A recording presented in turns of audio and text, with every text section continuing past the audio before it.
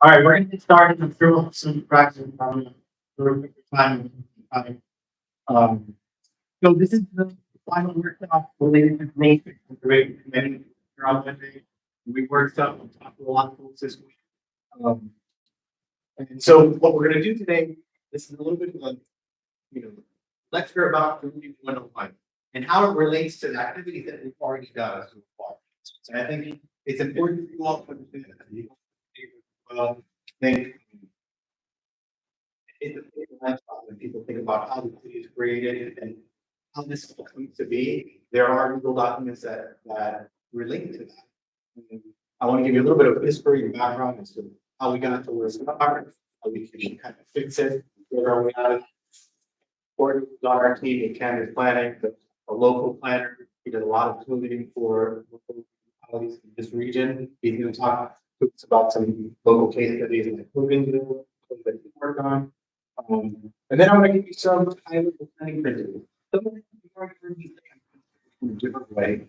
And hopefully, the purpose of all this is layering information in a sort of reasonable way so that you go home, reflect on it, think about it, things around town. Something else I say in a couple months is going to resonate with you, and it all kind of builds up.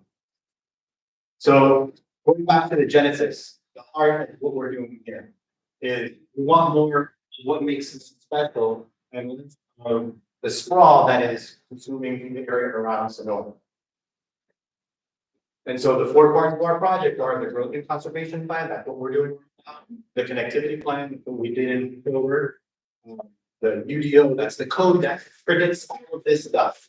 And then the town environmental plan, which is just a drawing that predicts what the future should be according to this plan. It is illustrative, it's a guess on our part, but hopefully this code will produce something that you'll so this part of it is going to start up now.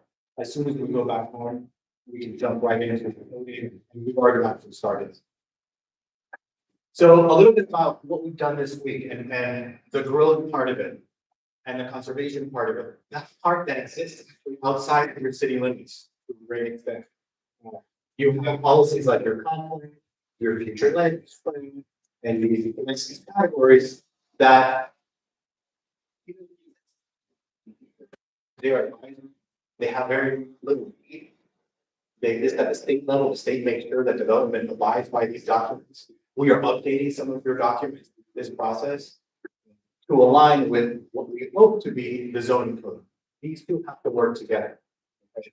So the regulatory stuff, the stuff that does have to be is your zoning code, map, and the zoning districts, which we're starting to compile for you. And this is just a diagram, but Senoia has all these documents, right? So here are those advisory documents. Showed you some of them earlier in the week. The comp plan, the character areas map, a description of what the character areas are, and your annexation boundary. This is, for me, one of the keys and the big reasons why we're here is to help you figure out a policy that makes it time and predicts what you bring into the city and why and what you get out of it.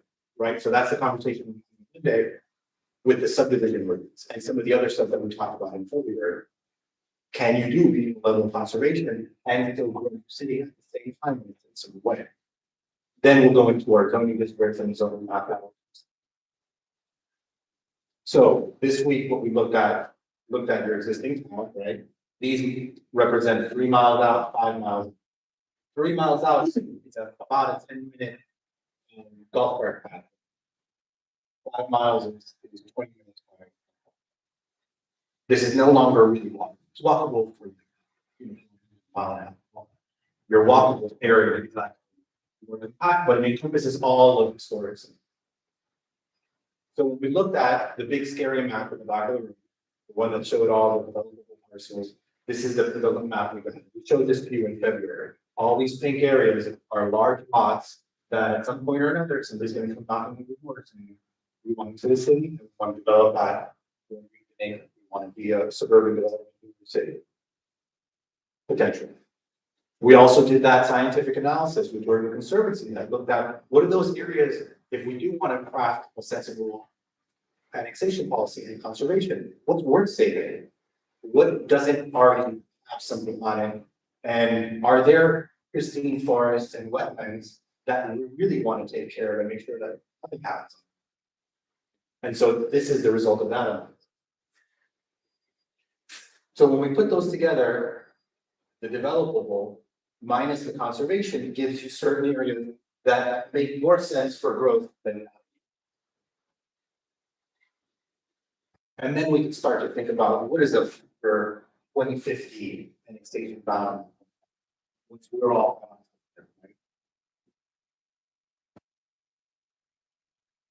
As part of this effort, we sat down this week, Vanessa and Beth sat down and did a drawing, start to think about how we match those character areas, which just talk about what generally we want to see there. And these happen at the right?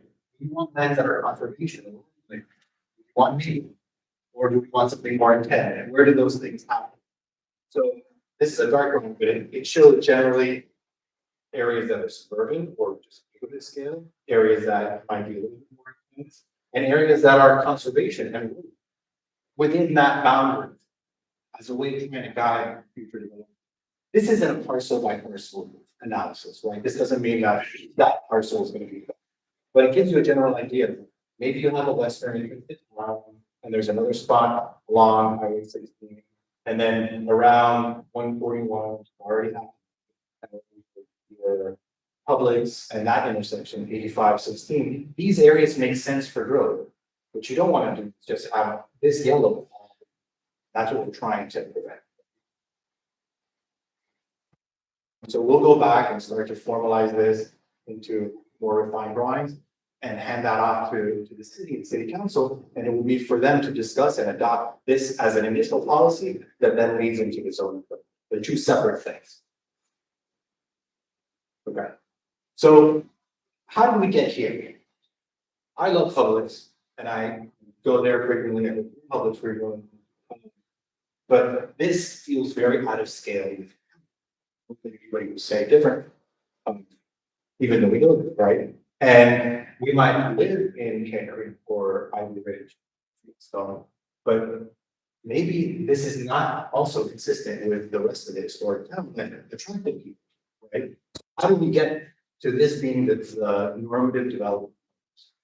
And I'd go back all the way to pre-World War II to the 19th century. Had towns not dissimilar from Senoia grew up, seemingly lawless, everybody in the street. This is pre-zoning, right? And it kind of works in a lot of ways. And so a little bit of history coming off of that lawless the United States and everywhere else, right? In England, in the Industrial Revolution, you have factories going neighborhoods. And so this theoretical at an academic level in architecture and urban planning led to what's called the Garden City. A gentleman by the name of Howard talked about the ideal form for a city is separating all the uses, putting the factory way far out.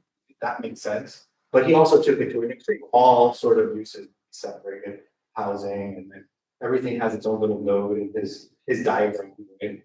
Convalescent homes are over here, children's potty homes, and it's a lot. It's a lot. So this is just a theory, right? But this theory ends up getting adopted and used throughout the United States, throughout many parts of the developed world through the 1920s. And what was a good idea, which is not having toxic factories in neighborhoods and our towns, led to let's just separate everything out into neat little pockets. And culminating this court case, this is a Supreme Court case called Euclid versus the entity was, but the city of Euclid versus the Cleveland Tractor Company trying to develop their land. They did not want to do it by separating uses. They told the city, you can't tell us what to do with our land. And this is a fundamental case about zoning and land use in the United States. And what they decided was not only is segregating uses worthwhile, and the government can tell you what to do with your land, but that, by segregating uses, you prevent street accidents, especially the children, by reducing traffic. Also decreasing noise and other conditions where we use nervous disorder. Preserve Main Street. We don't simply didn't, right? So there's a lot of people that put this into court case and made it the law of the land, and for better or worse, this has become the standard. It's a banking standard. It's all cities, their zoning codes in half for the past 8 years. So fast forward to the post-war era, you have DIs coming back to town and getting loans for their single-family homes. The most famous being Levittown in New York. These are the first suburbs at scale, thousands of people in one place, all separated, right? And then your shopping center, all supported by federal infrastructure, the highways, the interstate. So all of this happened within a 20-year period, right after the war. This is not how we developed for hundreds of years of human civilization. In the whole world, this is weird for the history of our species. I'll say that. And this is the legacy of that result. It's not for we live in these little bubbles, and we go to work in these little bubbles, and we shop in these little bubbles. And we go to school in these little bubbles. Never the two meet, and they're so different from your town, which is like the opposite of that. Like everything's super water. And so how did this come? This is a little bit of zoning 101. I'm going to end up to get it a little bit more depth. But your zoning codes have 3 different components. One is regulating use. What goes where? That's the factory right over here. We want that. We want to assist. The form of the building, what does it look like? How far are you?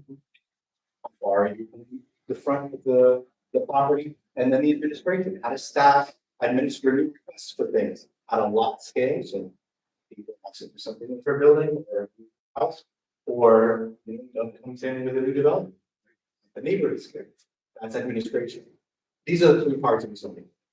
Right now, it's very heavily weighted on use and doesn't care a whole lot about the form. And that's why you get that other result. And the administration is somewhere in between. And what we want to do for your code and what we do for codes in general is try to reorganize this so that use isn't such a big part of your code. Your code has 30 pages of uses. And I just printed out a few of them back there that are ridiculous. That shouldn't be, right? There are certain things that you really do want to regulate, like the factors. Like there are some uses you do want to regulate, but it doesn't have to be 13 pages. So I've read this before, but I want to read it again. Your code lives in a bunch of chapters. And we're simplifying that. We're put it in one section. Everything that relates to land development and your zoning is going to be in one place so that you all can look at it. Transparency for council, for staff, and for you all. There is no meaningful guidance for new neighborhoods, either infill or neighborhoods that want to come into town or new neighborhoods in town, which is good with this.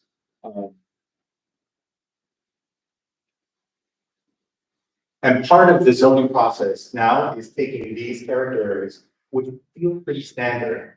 This is, you can identify it, and it's not jargony. It's like, we know what a neighborhood looks like, we know what a plan looks like. Now translating these into zoning districts and get away from the nomenclature, C1, C2, Highway 16 overlay. You've got like a dozen districts that sometimes compete with each other and say different things. And we might have a dozen districts at the end of it. It's different shades of neighborhood, but at least it'll be well organized. As part of this, I mentioned this before, we did a synoptic survey that's printed out in the back of this. That's really just a baseline for us. What do you have? What's really great about town? What are some of the lot widths, the depths, the setbacks, so that we can either emulate what's here or we know why we deviate from it and how it fits into it. And then you're going to get those, we'll look something like this. And when a developer comes to town, they're going to submit detailed drawings that show buildings, that show lot, how the zoning applies to their land. It's not gonna be one zoning category, it'll be a bunch of zoning categories that predict different types of buildings, the same building. This is a fundamental problem with report requirements, does not require any of this. It requires just one plat diagram, but it doesn't say anything about this text. The subdivision ordinance will also talk about conservation and how, what kind of open space we get out of this. Talk about that on Monday. I'm not gonna go through all this, just to tell you, when you tinker with these numbers, you get different outcomes. And we're doing that right now using development and models. Is it working? No. Is it gonna work for developers? It's gonna work. And then finally, your uses. This is not a joke, right? I went and all your pages for uses. And think of that maybe as retail, one set of categories, not half of that document, just different types of jobs. Okay, so Aaron is going to talk about and a little bit more about.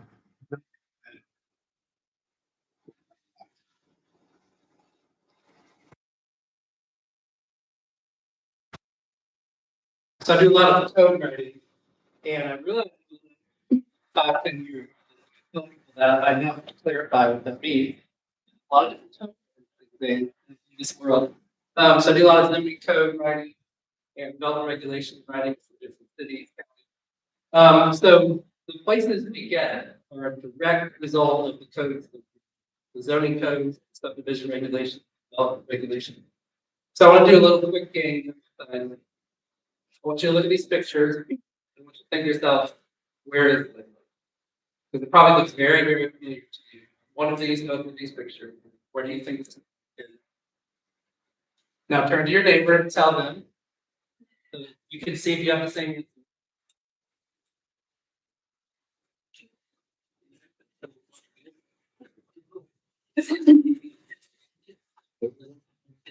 Okay. Here's the so I don't where these are. But I do know where they are. They're everywhere, right? That's how we know where they are. They're everywhere. There's a term in planning, maybe you've heard of it called anywhere USA. That a lot of what Tony just walked through has created communities that look very much the same because they all follow the same path. But now you go to Alpharetta or Albuquerque and it all looks very much the same. But there are codes that are allowing them to happen. So if we want our plans that are not this, we don't have plans for this, which more and more communities are planning to not. We want the opposite. That we want to be the opposite of this. We have to have code that actually makes sure that the opposite. So there's a lot of different kinds of code. Okay, so this will be important because you're going to need to be a city that starts to update these things, really get the full pictures that you're seeing around the room. If you're getting excited about the vision you're seeing and the pictures you're seeing, you really have to go into your code, all the different parts of deal with these things. If you've ever, if you know anyone who's a contractor or a builder or a developer, they'll tell you, oh yeah, I got the ordinance and the subdivision ordinance, and the erosion and then the zoning, a lot of code that make up our regulation. So zoning is probably the more well known. It's the one that the average everyday person is more familiar with. And it says things like what your use is, density is, what your setback, parking. Sometimes there are design standards. Sometimes, not always, sometimes there's design standards for it. We have a highway that has an overlay. So we want design standards on the highway, but we don't have another.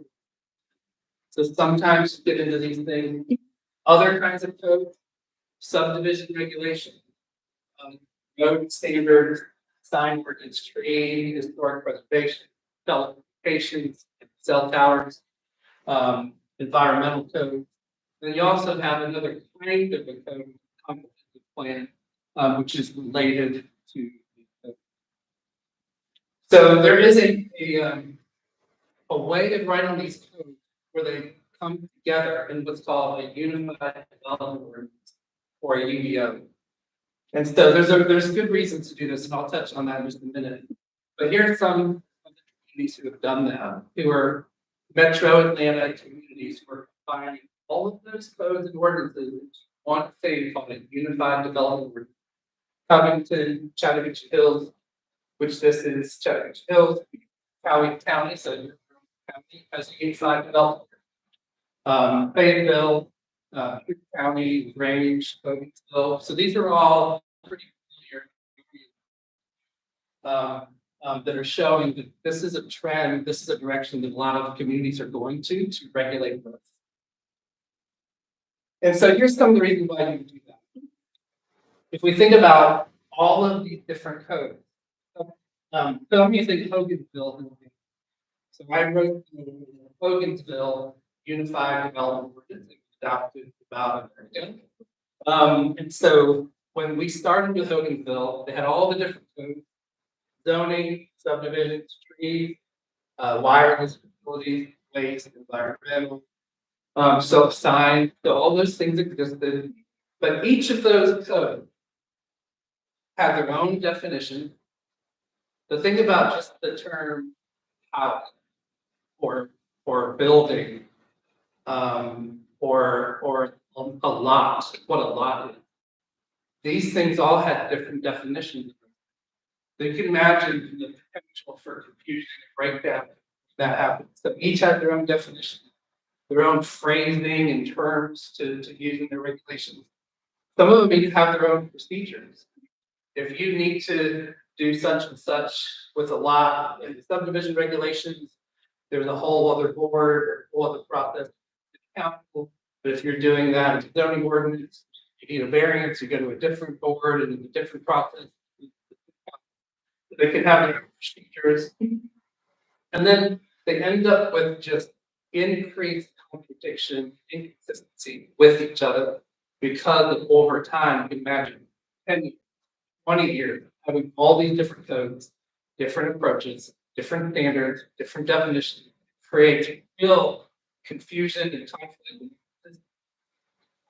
So this is an example of what a UDO or unified development can do.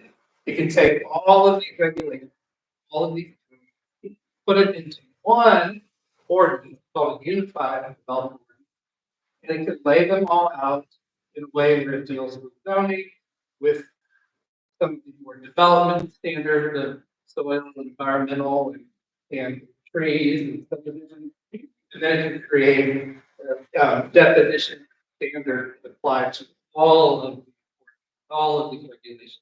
So this is just an example of what creating a UDO can look like. And so the other thing that when UDOs get created now, what cities are doing is exactly what Tony spoke to, is they're shifting away from being more focused on use and starting to become more focused on other things like design, form of structures, the character that you're creating through the development that would be created. So this is what was in Hogansville. Very familiar to many cities. They had zoning that was called R1, R2, C1, C2, rural, industrial. So what does that tell you? That tells you what the use is, and it tells you how intense it can be, right? R1 is residential, R2 is residential, it's a little more intense. You might get duplexes or apartments in R2, commercial 1, commercial 2. So that's what we Hogansville, a lot of cities, we still have that. That tends to be a place, while it regulates the use and the density well, it really just gives projects. It just is a series of projects that are the output of that kind of code. And that's what this is. These are uses. This would be fast food, restaurant, retail, and it would be a certain intensity. This is residential at a certain intensity. That's what that gives.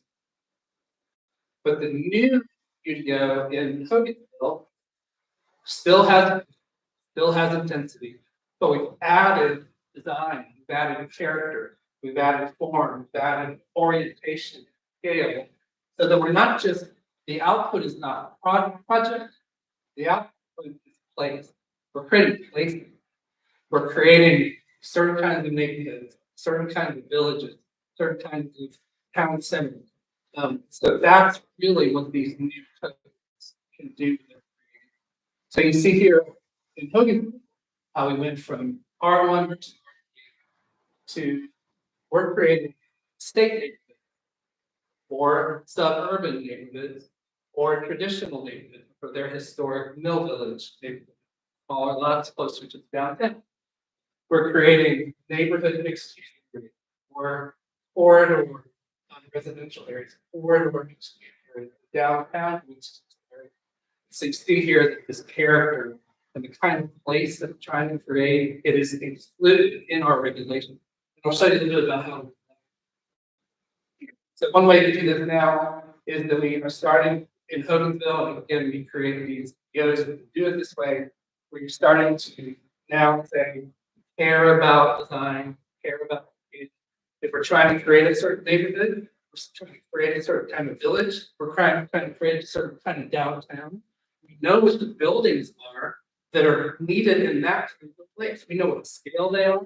We know what they would feel like. We know what their setback would be. We know what the design details would need to be on the buildings that are in a village or in a town center. So you start to provide some of the building typology, the design you go with it to make those places happen. And this is in the Hogansville media.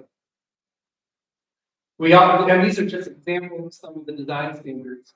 And I'm a big believer too that we really don't need 100 pages of regulations to guide good development. I think we need some basic, simple standards that help to keep the really bad stuff and encourage the good things, but it can be really simple. So this page, I won't read everything on here, but it represents for you Hogansville, and there you go. These are the design standards that for the whole city. It's this simple. It's this simple. On one page and fit this kind of standards that help you keep really bad stuff out and keep things the kind of quality and character that they wanted in their community. And again, we are moving towards code to start to create the building standard that fit the exact kind of place that you're picking. Two other things you can do when you create these UDOs and your new codes, and these are just good sort of refresher things you should always do probably every 20 years or so. And when you have older codes that have not been comprehensively looked at for decades, it's always good every 20 years or so to just take a fresh look with everything that's in the code, because over time, things can become unwieldy or you can leave things out. So one of the things you can do when you do your new code is to update some of the uses and include special use. Identify the uses that need to have a little bit more heightened review. And you can do that through a special use permit. There's certain uses that might be okay in some places, just as of right, but then other uses might really only be okay a little bit. So those can be done through special use permit. So it's always good to go through, again, look more macro at your code, really think about what are the things that you want to upgrade and have special use permits for. The other thing that you can do in a new code is there are certain uses that you ought to just have basic standards for certain uses in your code. It doesn't matter what zoning district you're in, but there are just standards for certain uses in your zoning code that apply no matter what zoning district that use might be allowed in. So things like outdoors, poultry, we have farmers markets, timber, cemetery. There's certain things that you ought to, again, update your code, you should take a fresh look at. Do we have certain standards for some uses that could sometimes be additional standards or criteria, especially when they're next to low density single family. These are the kinds of things that you would want to know. If there is a junkyard next to the neighborhood, there should be some standards for buffering for adjacency, maybe it's for noise or for screening. And so again, when you update your code, relook at your uses, make sure they're modern, current, and up to date, and make sure you have those criteria, those statements that are going to be, again, up to date and best practice for your city. That's it. That's a quick update of this thing called the Unified Development Ordinance. You'll be hearing more about that.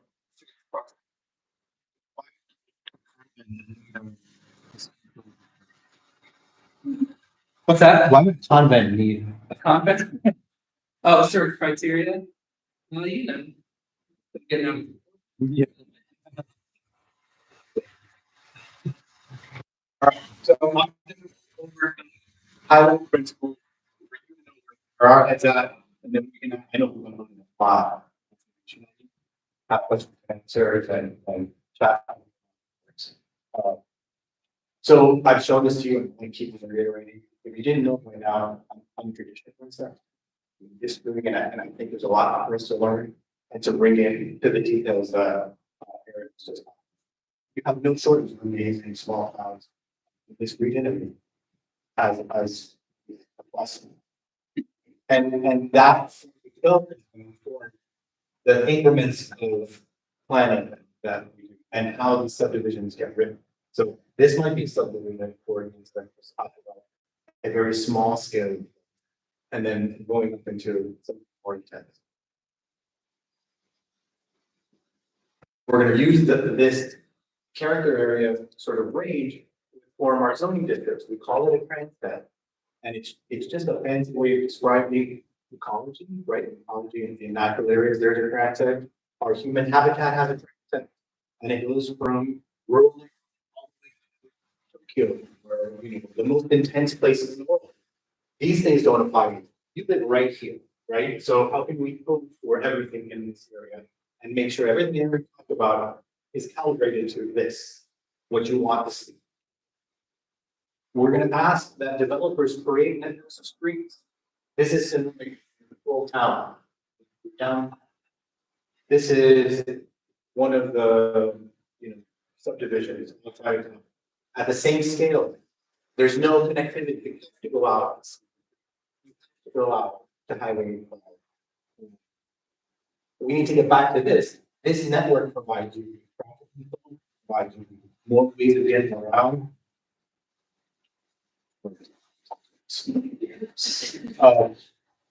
And so you look at the analysis that we did of right? There's no block structure here.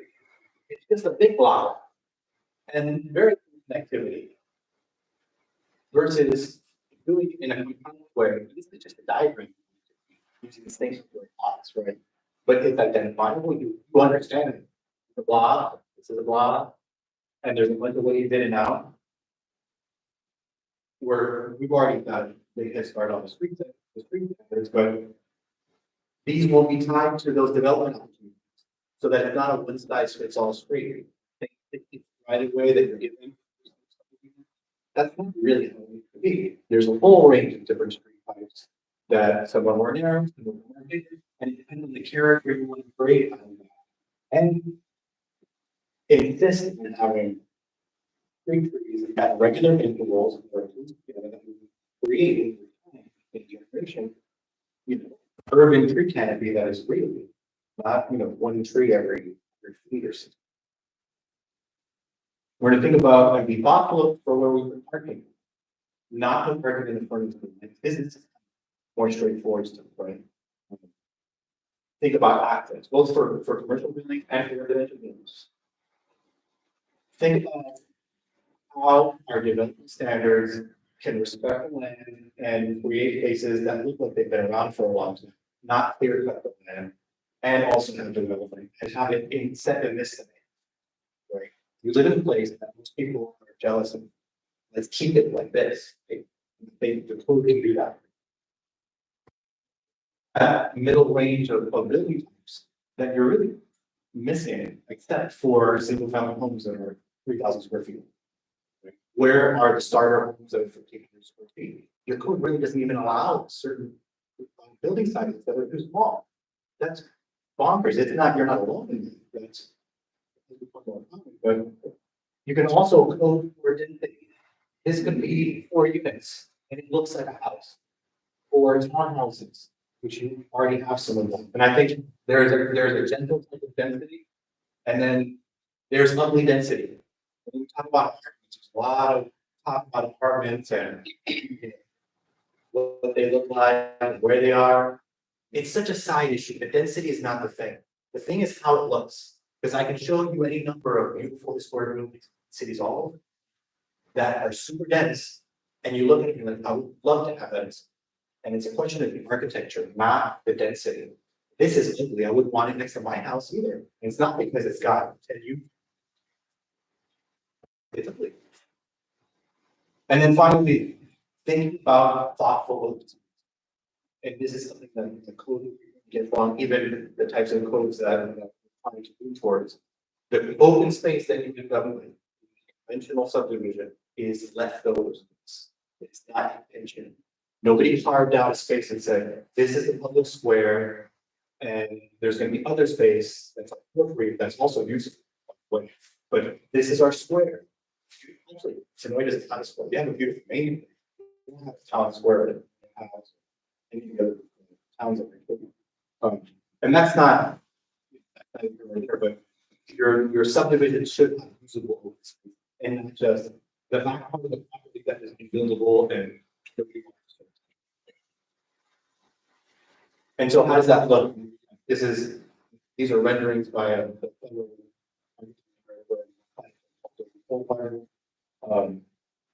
This could be anything, right? Random subdivision, require open space by review, but it's not, it doesn't feel like civic space.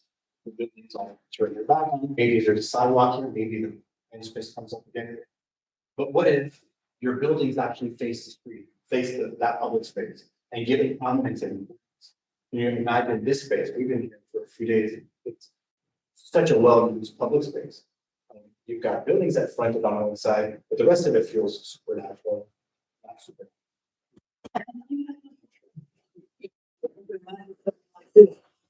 Because there's a building, different homes. It's here, small apartment building. I don't think anybody would have an island because they're pretty. And that's a big part of the work that we're trying to do. So, we take questions, but I just want to explain to you what we are already over here of this process. And maybe this is not a scale of the longer here, but we're toward the tail end of what has been an intense effort. And now we get into the meat of it, which is the code and doing some type of a drawing that is your vision plan for the rest of Ireland. So before we give it to some other generation to do. So we will come back sometime in the fall and winter when we have a draft code that we can bat around. And at that time, you have to bring people out because then it's going to go to council and they need to know that people support it. And if they don't support it, why? There's going to be things that are wrong with it. We're going to have to tinker with it and test it, see if it works or not. What happens? Say something 75%, 55%, whatever. So keep your eyes open for that. And also, I just wanted to say, Vanessa, who's been our project manager this whole time, she's leaving at first, going to another outfit. Yeah, so we're gonna miss her, and a lot of them start hers. Beth here and the rest of our teams also. Yes, you got it. All right, so you have any questions? That's a lot.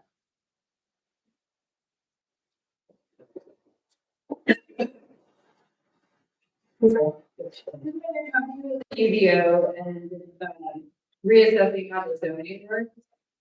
I'm curious because a lot of our issues are kind of this stuff in realm. So how do you manage the zoning for existing land ownership? Like does then everybody who's R40 changes over or something? And then kind of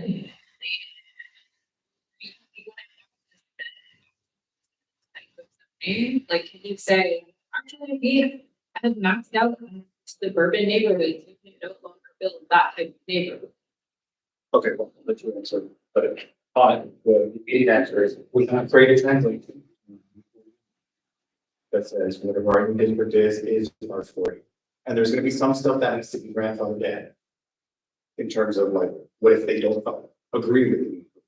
Like the build example. And there's also things in where I'm from, we have hurricanes, you have to let people rebuild it exactly the same thing as they had before, even if the new code says. So in terms of the maximum, we can't take away people's existence. So you kind of like have a set baseline right now. And then we can go from there. But taking away, we can go. And we have the translation chart. Yeah, so everybody, whenever you change zoning, everybody grandfathered in, so you're familiar with that term. So it doesn't matter what the new zoning says, everyone is legally grandfathered in. You can keep doing exactly what your property is doing. So that would be the case, and so the zoning really kicks in when you're going to go for a permit to do something. So, and that just depends on what the permit is. If you're looking to add on to your house, you need to do a 200 home subdivision, whatever that permit is, it'll have to conform with the new zoning. And so, but day one, when the new zoning gets done, everyone's grandfathered in. And then your second, yeah, if you haven't, yeah. And then your second question about maxing out, I think what you would do is your comprehensive plan, or maybe this plan, would make some sort of statement about this is the amount of area in the city, we want to have this kind of development and this kind of development, and then your zoning would match that. I don't think the zoning itself would say we can never have this or that, but your comprehensive plan could say that. It's not like. It's just Well, a suggestion. yeah, but comprehensive plan is important. Legally, you really need to be staying within the guardrails of what your comprehensive plan says, so, you would wanna be consistent with your comprehensive plan, but yeah, statements about this part of the city, or this amount of land should be this kind of thing and that kind of thing, you would wanna have that in the comprehensive plan, you want your zoning to match that, but it could always evolve. 10 years, 20 years, you could always be updating that and making new adjustments to those. And there's what comes into the city, a lot more number. Versus what's already in the city has certain rights baked into it. And that's what I'm saying. For the R40 that's here, it's baked in. It's fine. I think you were.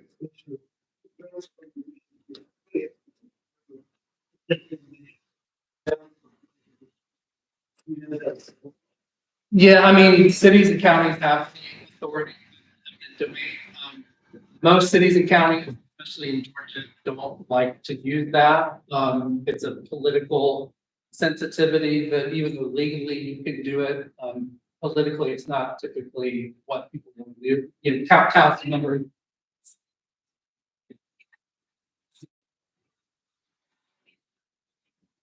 Yeah.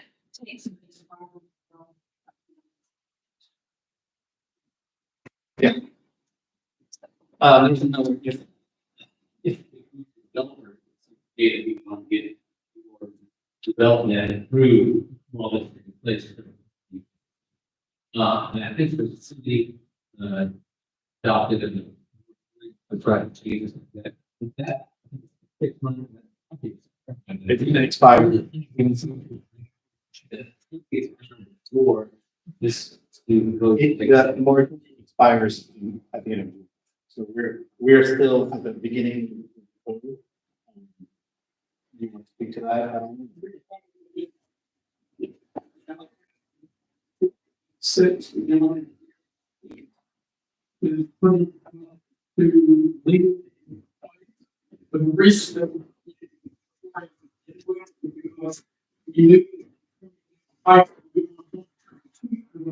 And have 5 years. But do you think this will be done? All Yeah, I think we come back with a draft in the fall and then we take a. At some time in the winter, that is later this year or beginning of next year, we're going on so. for the. Yeah. In terms of the grandfather, it's so that we don't instead of rose patch. Yeah, so you can do that. A lot of times, that's another one of those, oftentimes there's not the political appetite to sunset people's grandfather protection and rights. You can do it, legally you can do it. But it's a community conversation. It really comes down to, is that what a lot of people want? But then the other thing I would say is like, you gotta start, we all have to see what are the regulations we're even talking. You know, that it'll make more, everyone will be able to make better informed decisions about, do I like this? Do I not like this? Is this a thing we might want to sunset that grandfather or not? And the goal here is, it's your regulation, right? So the goal here is always to, number one, make sure your plans are being implemented by your code. But secondarily, that people are happy with what's being proposed. There really won't be any scenario where new code is moving forward and going for adoption and half the community doesn't want it. That doesn't work. So it's really us and the city and the community to work on creating a proposed code that has consensus, has support, that most people are in support. Well, I think just thinking, it says it's something. Developing a character for each one. That, you're going through all the development, you create that sense of yes, I'm really an existing development that that's necessarily fair. I would say generation, apart from whether they're a grandfather or not. Buildings trickle, properties trickle, and this is like kind of the one.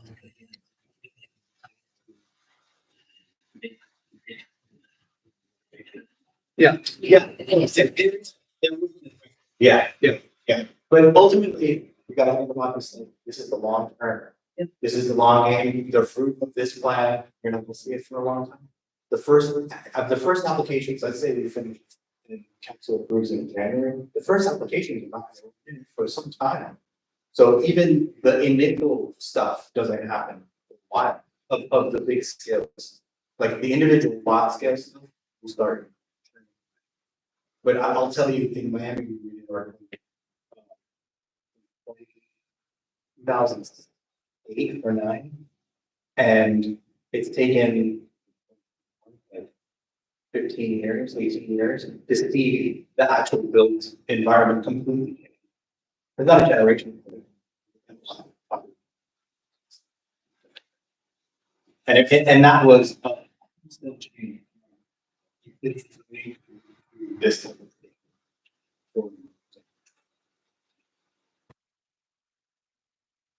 I have a question about the administration. We have lots of those and used.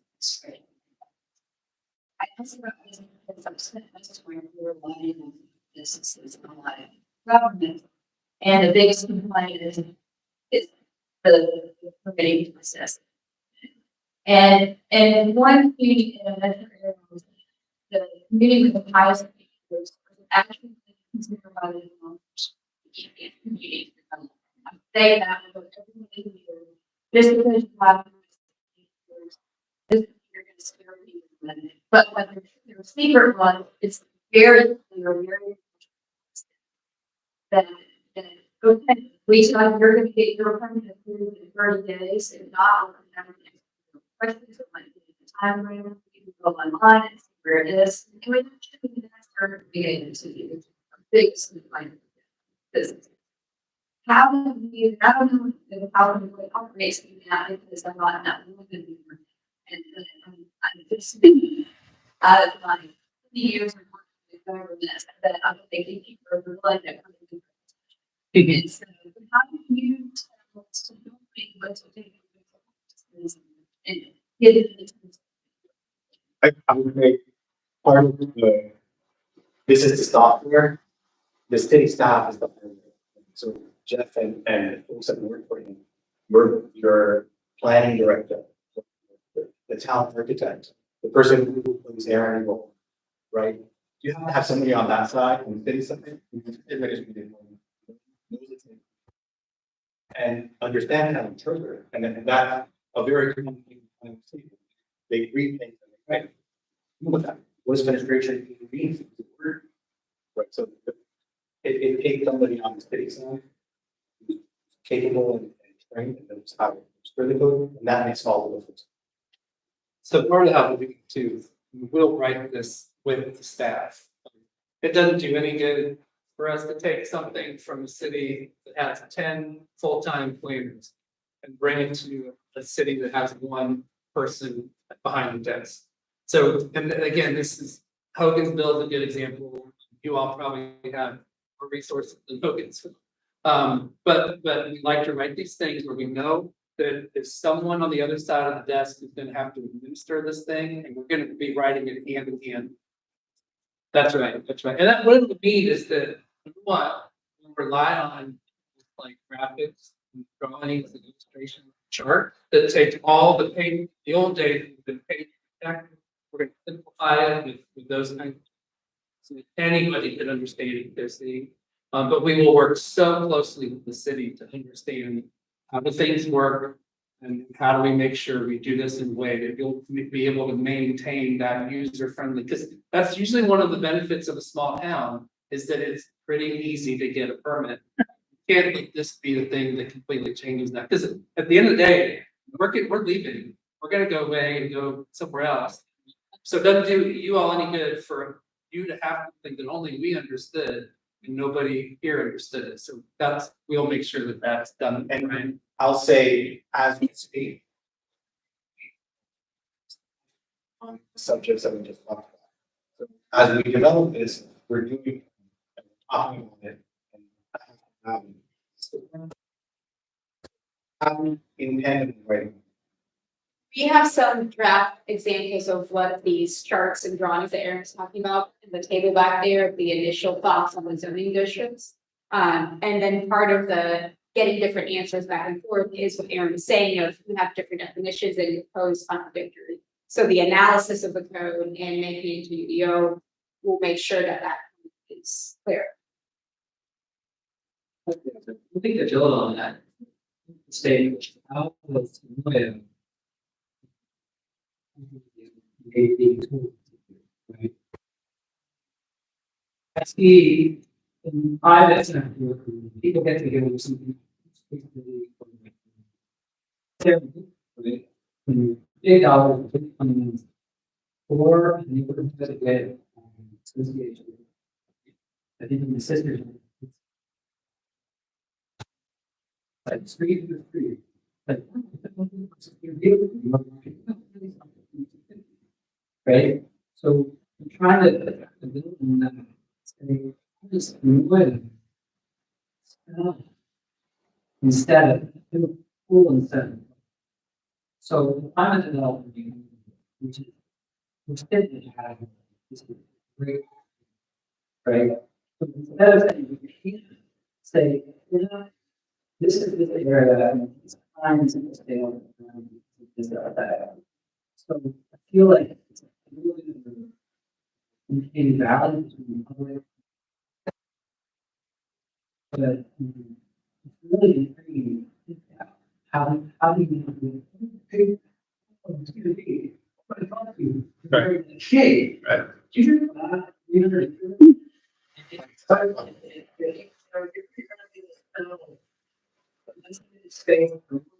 Right, right.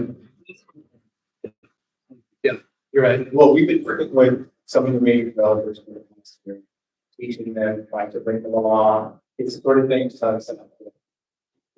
One time. How it works, they don't use a long, but all of these things, you development shouldn't be done. Sports, right? Building maybe plan takes a long time. I mean, talk about trillions, like, talk about 15 years, feed it, great bond, and then create the next thing. So it's a training exercise with development. And I don't know if you would answer that. I'm hoping that the first set of developments that they put in, even before their code, the ones that we work with. Very 141. Is gonna be your test case for and. One thing just to mention is that, when your code starts to get a little bit more, you have a vision and a plan and you start to have a code that matches it, it's inevitable, somebody's gonna walk in the door and say, you know what, I wanna do something else.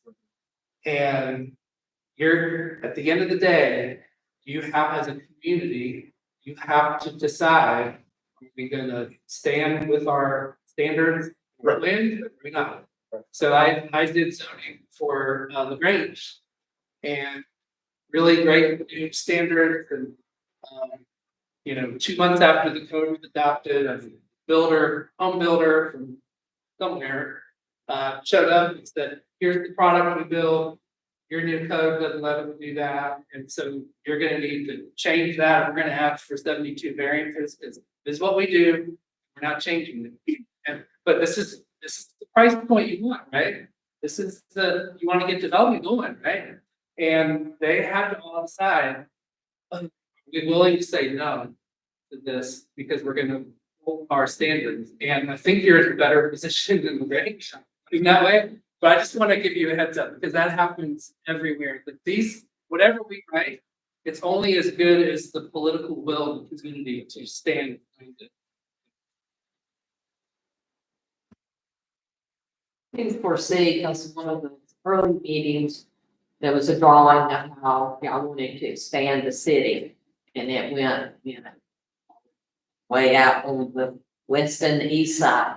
At what point do you think some of those will be implemented? Implemented? Generation. That's a long time.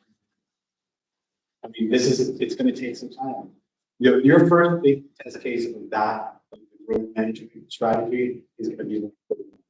And can we orchestrate with areas that the mix is outside of the town and have more density going forward? But some of the other stuff inside of town. It's a long thing. And that's not something that we should. We're just setting the plan and the market forces. It's not just something. Yeah.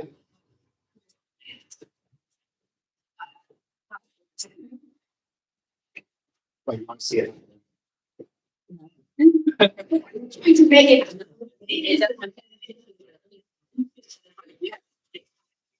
Take in a phase, so they would be affected by these people. And so. Yeah.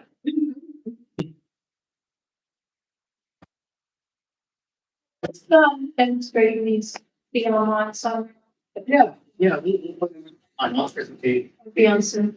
Yeah. It will be on. Next Senoia document. Okay.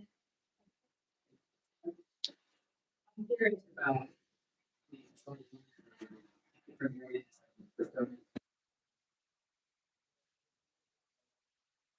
already.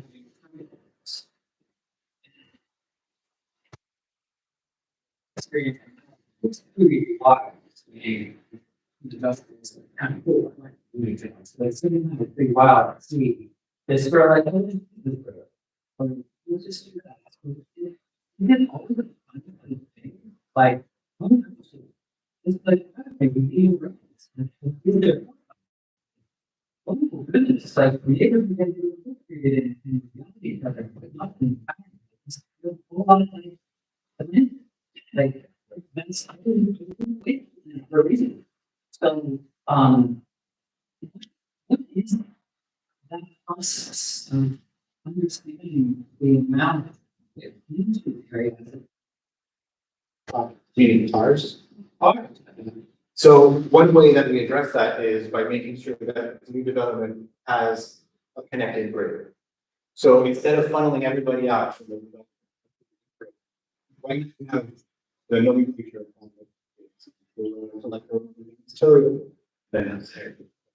so in that way, the development would have local roads that all lead out in one exit on Route, or maybe two, onto an arterial or a collector. And then everything flows into the larger. But there's no connectivity within or across the vessel, right? Whereas here, this one is island. You can imagine there might be connections made east and west to other developments, and there's a secondary grid to create that. And what you do is it makes it easier to walk, it makes it easier to off part, and also to drive around. It's a geometry problem. It is what it is, and the size of our cars are what they are. So once you have a certain number of people in town, you're gonna get traffic. And so I sometimes stay on some kind of and Maine. And I see the back. At question.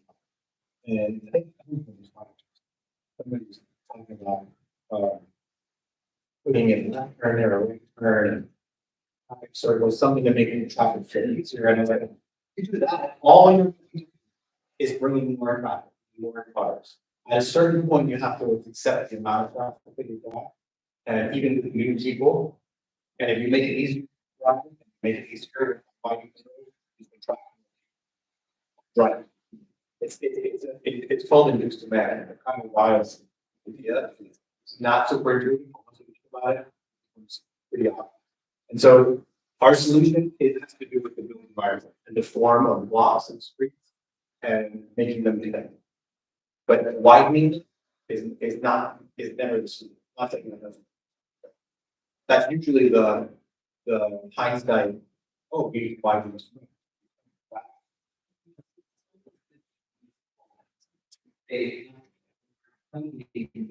Now, how can there be some people's room that have 2 to 3 per hour?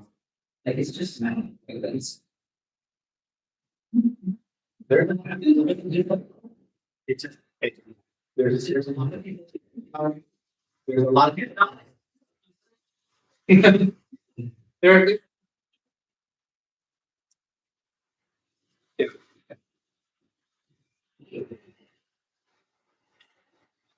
But what that does, all it does actually is say, you're in this number of bars. Yeah, it doesn't say no or yes. There's no be a line problem. Yeah.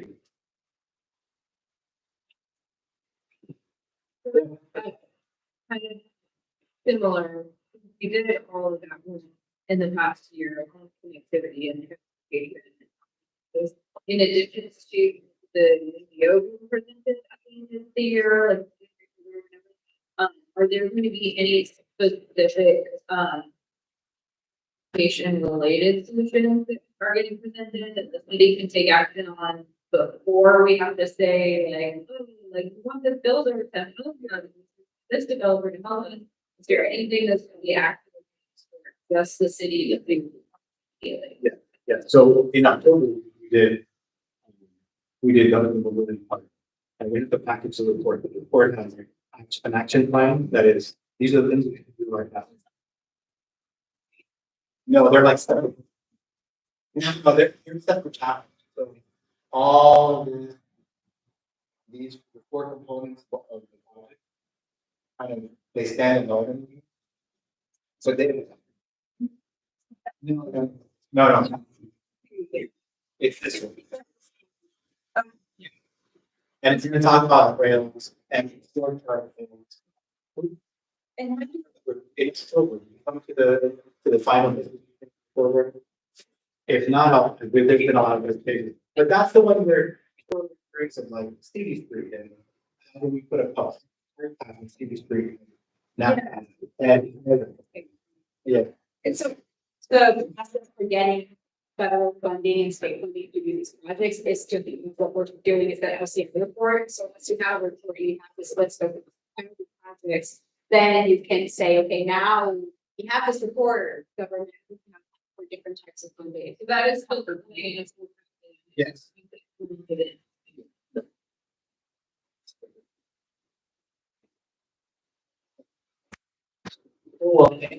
Oh, wait. We have a train. Is there any kind of, or, something that could alleviate some of the traffic?